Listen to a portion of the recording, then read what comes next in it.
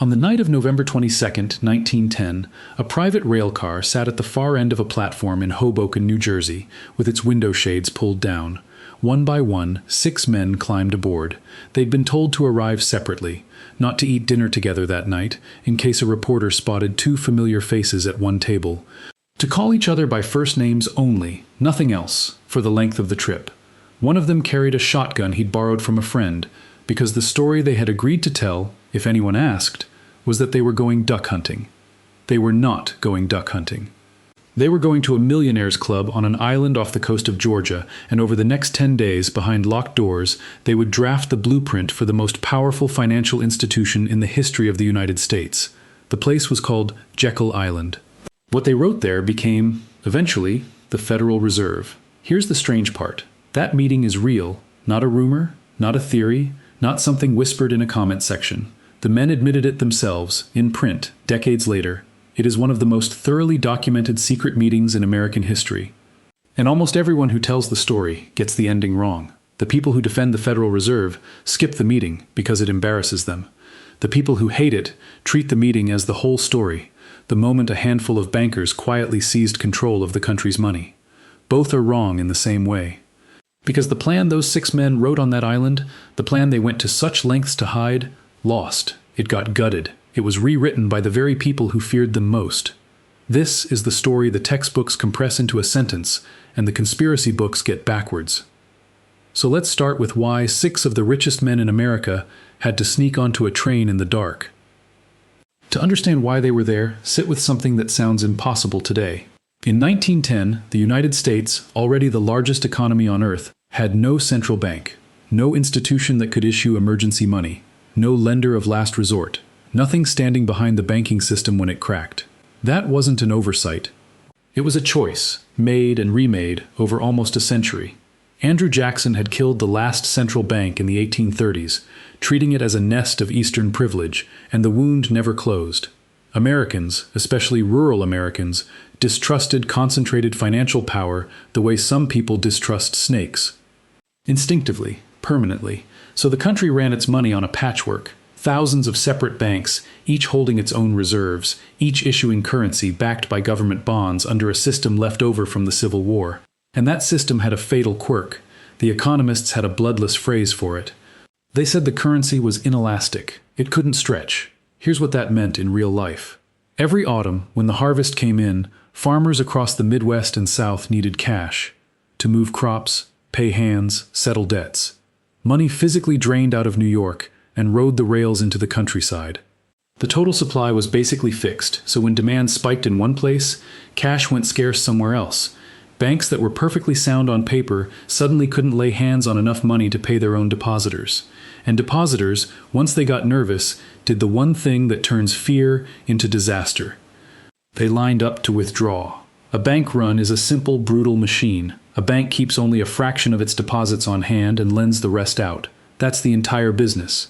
It works right up until enough people show up at the same window on the same morning demanding all their money at once. No bank on earth survives that because the money isn't in the vault, it's out in the world, working. A rumor, even a false one, can kill a healthy bank in an afternoon. Between the Civil War and 1910, the country was hit by major panics roughly every 15 to 20 years. 1873, 1884, 1893. Each one erased savings, shuttered businesses, threw people out of work. The system didn't occasionally fail. It failed on a schedule. Then came the one that finally cracked the argument open. It started, of all places, with a scheme to corner the market on copper. In October 1907, a speculator named F. Augustus Heinze tried to corner the stock of a company called United Copper, buy up the shares, squeeze the traders betting against him, force them to pay whatever he asked. It failed. Within days, United Copper collapsed, and Heinze was ruined. On its own, a footnote. But Heinze wasn't only a speculator. He was a bank president, tied into a web of other banks and trust companies. When the public realized his money was tangled up with those institutions, they started to wonder what else was rotten. The fear jumped from Heinze's banks to banks that merely knew him, to banks that knew those banks. It landed on the Knickerbocker Trust Company. Knickerbocker was the 3rd largest trust in New York, a marble temple at 5th Avenue and 34th Street. Its president, Charles Barney, had done business with Heinze's brother. That thread was enough. On the morning of October 22nd, depositors formed a line out the door and around the block. In about 3 hours, Knickerbocker paid out roughly $8 million in cash. Then it ran dry and shut its doors at noon. Barney, disgraced, would shoot himself weeks later. Now the panic had a temple to worship in. If Knickerbocker could fall overnight, anything could. The man who stepped into that vacuum was 70 years old and held no government office at all. His name was J. Pierpont Morgan. He'd been at a church convention in Richmond when the crisis broke, and he came home and set up what amounted to a war room in his private library on Madison Avenue. Bankers came to him. Not to a regulator, not to the Treasury, to an old man in a library full of art. Morgan's method was cold, and it worked. He sent a young banker named Benjamin Strong, hold on to that name, to go through the books of the failing institutions and sort the solvent from the doomed. The solvent, Morgan would rescue. Knickerbocker, whose books Strong couldn't verify in the hours he had, Morgan let die. There's a story, probably buffed smooth by retelling, that while the most powerful bankers in America argued in his house, Morgan sat in the next room playing solitaire, waiting for them to reach the decision he'd already made. Over the following weeks, he herded the bankers into pooling their cash to stop the runs, leaned on the Treasury to deposit funds, and arranged the purchase of $30 million in New York City bonds when the city itself was days from broke. He even brokered a deal for his own U.S. Steel to swallow a struggling rival, a move that calmed the market and that, conveniently, President Roosevelt agreed not to challenge under the antitrust laws. It worked. The panic subsided. The system survived. And that, more than any single failure, is what frightened the people in charge. When the smoke cleared, the sober men in Washington and New York saw something they couldn't live with. The stability of the entire American economy had rested, for several weeks, on the judgment and fortune and stamina of one aging private citizen. Morgan was 70. Nobody had elected him, and nobody could replace him. Next time, and there's always a next time, he might be dead, or wrong. A great nation could not keep betting its future on the health of one man's heart. Washington responded the way Washington responds. It passed a stopgap and appointed a commission. The stopgap was the Aldrich-Vreeland Act of 1908, which let banks issue emergency currency in a crisis. The more important piece was the body it created, the National Monetary Commission, told to study how to fix American banking for good, and the man put in charge was a Republican senator from Rhode Island named Nelson Aldrich. Aldrich was, at that moment, arguably the most powerful man in the Senate. The press called him the general manager of the nation. He chaired the Finance Committee, he wrote the tariffs, and he moved through the same rooms as the men whose fortunes he was now supposed to regulate. His daughter had married John D. Rockefeller, Jr., which made Aldrich father-in-law to the heir of the largest fortune in the country. He was not a neutral referee, and everyone knew it. Aldrich took his commission to Europe. For nearly 2 years, he studied the central banks of the Old World, the Bank of England, the Bank of France, the German Reichsbank, institutions that could expand and contract the money supply and stand behind their banking systems, the very thing America had spent a century refusing to build.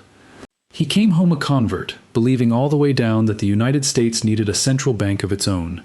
He also understood the trap. A century of American instinct ran dead against him. The words central bank were poison. If he stood up in the Senate and openly proposed one, drafted with the same Wall Street men he dined with, it would be dead before the ink dried. So he decided to write the plan first, in secret, with the bankers themselves, and figure out how to sell it later. That decision put 6 men on a darkened train. The place Aldrich chose was almost absurdly suited to secrecy. The Jekyll Island Club was a private winter retreat on a barrier island in Georgia, so exclusive that a magazine of the day called it the most inaccessible club in the world. Its members were the summit of American wealth, Morgan among them.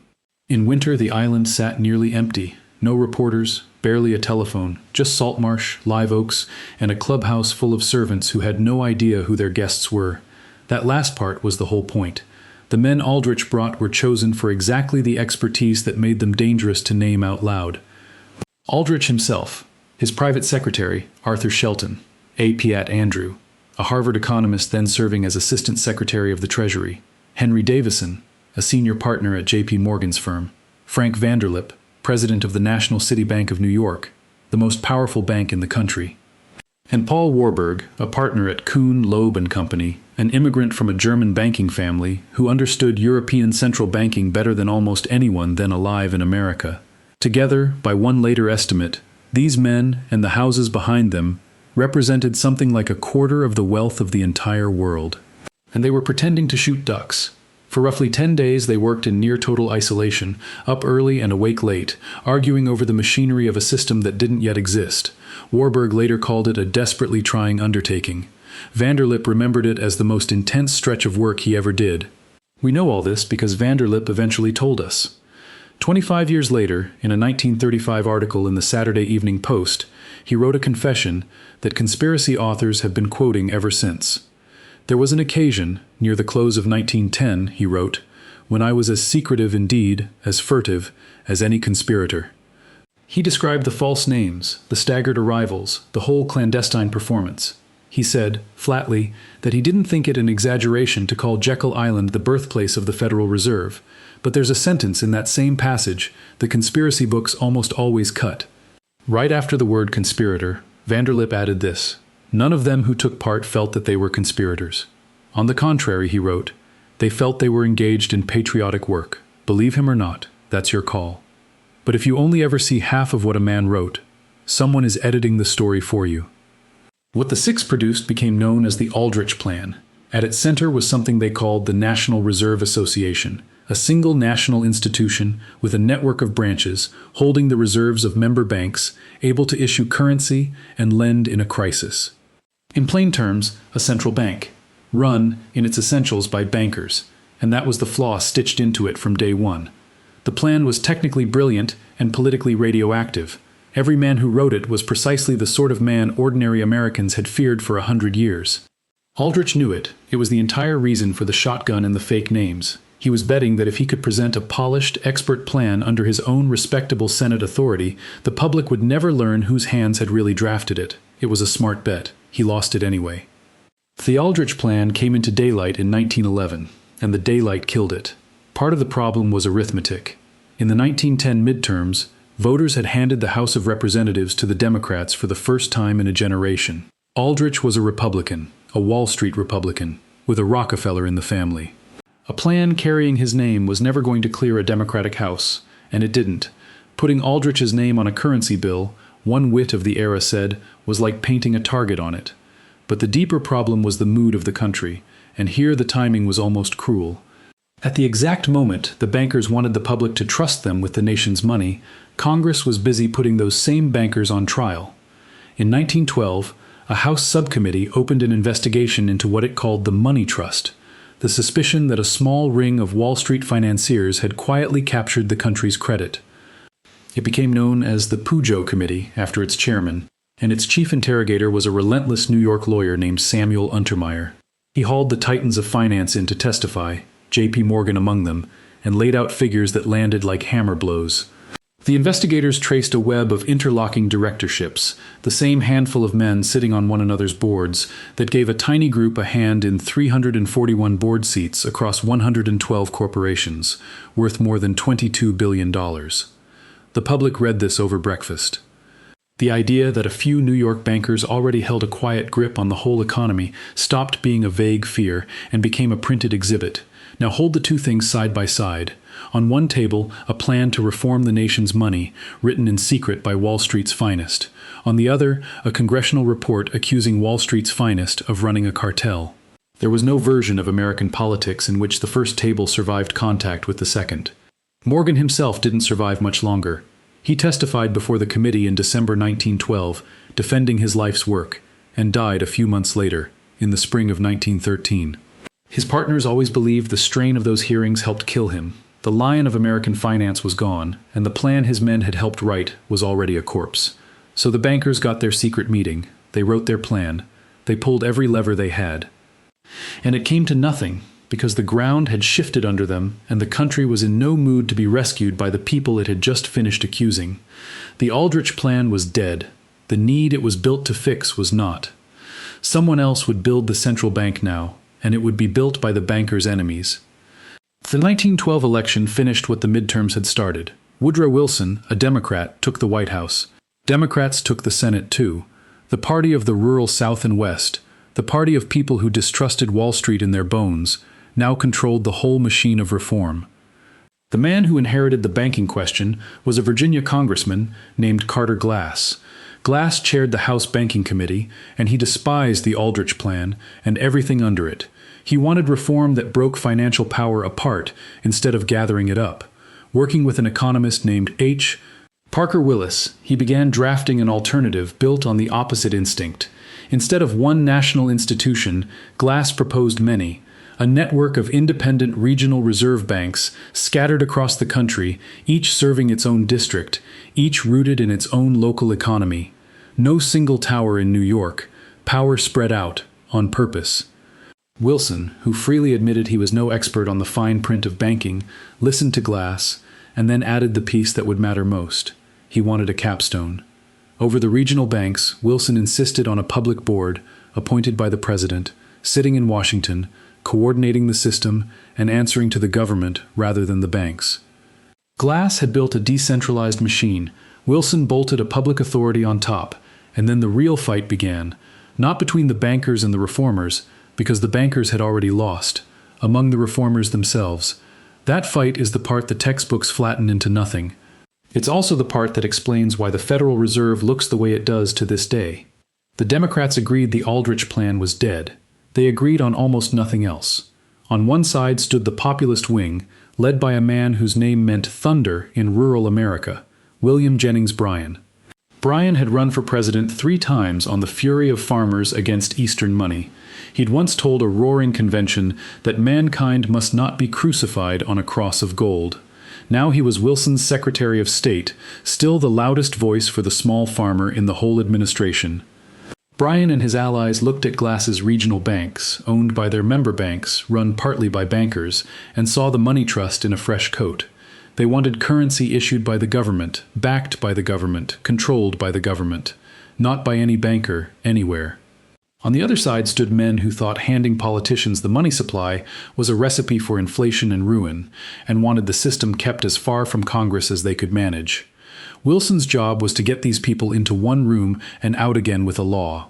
What came out was nobody's clean victory. It was a treaty. And like every treaty, each clause is a scar from a specific argument.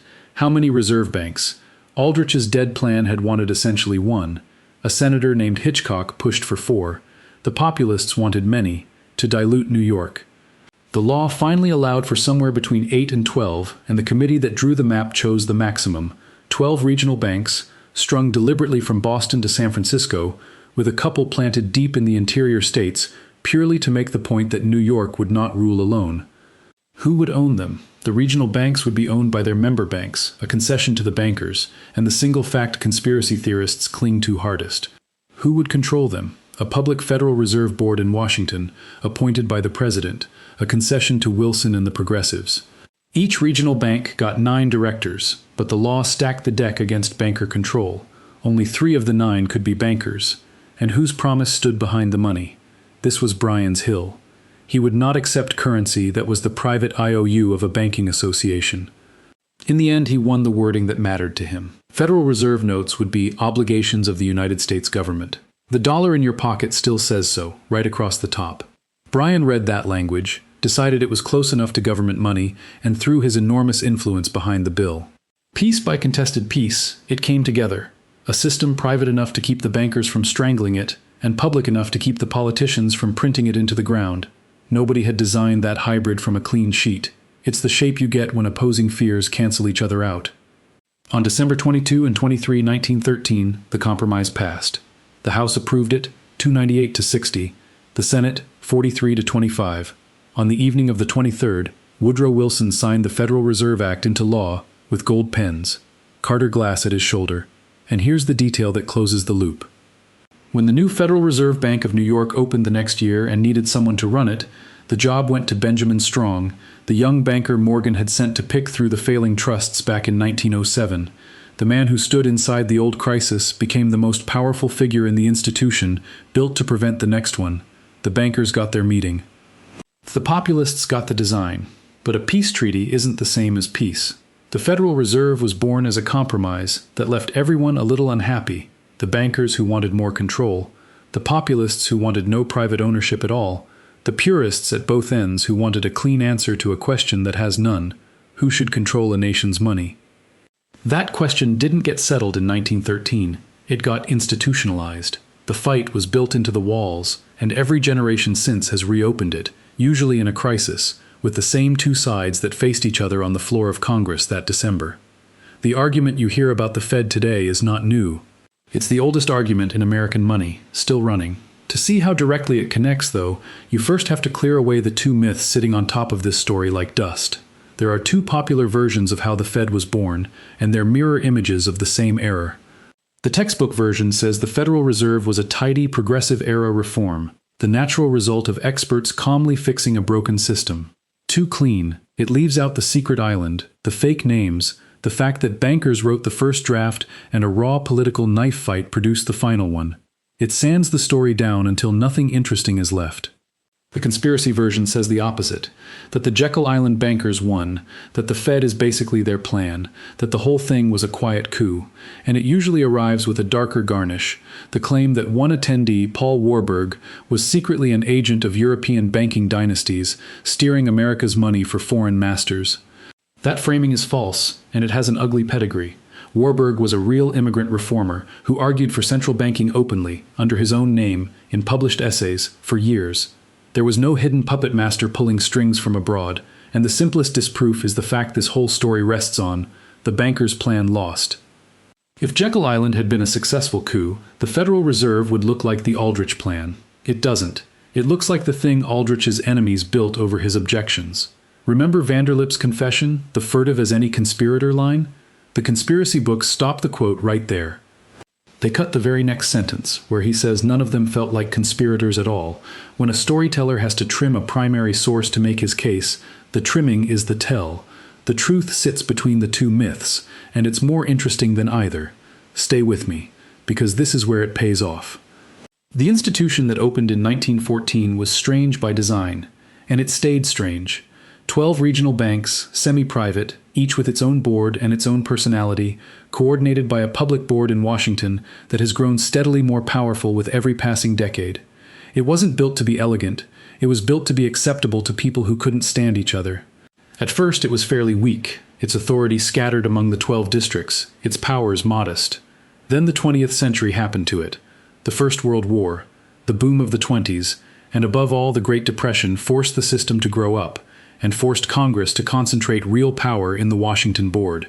The Fed that could barely act in 1914 became, by the second half of the century, the single most consequential economic institution on the planet, the body whose quarter-point decisions move markets from Tokyo to London before lunch. But the founding tension never left. The Federal Reserve was engineered to be independent enough to resist short-term political pressure, and accountable enough that it couldn't become a law unto itself. Those two goals pull against each other constantly. Lean too far toward independence, and critics call it an unelected power ruling the economy. Lean too far toward accountability, and economists warn politicians will debase the currency to win the next election. The Fed lives, permanently, on that wire. It was placed there in 1913, on purpose, by people who couldn't agree and so agreed to keep arguing inside a single institution. That's the inheritance. Not a conspiracy that succeeded, and not a reform that went smoothly. A structure whose contradictions are load-bearing. You can still see the whole fight, if you know where to look. It's printed on your money. Take out a US dollar bill. On older notes especially, there's a round black seal with a letter in the center and a matching number in the corners. That letter tells you which of the 12 regional Federal Reserve banks issued that particular bill.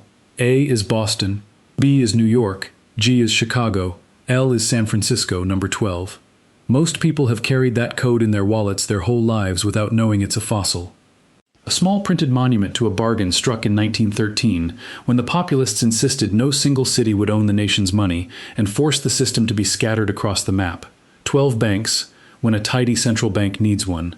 That isn't efficiency. That's the ghost of William Jennings Bryan, still standing in the room. And the argument he was part of is still going. Every time a president leans on the Fed to cut rates before an election, and the chair digs in on the institution's independence, you're watching the 1913 fight, political control against insulation from it, play out again in modern clothes.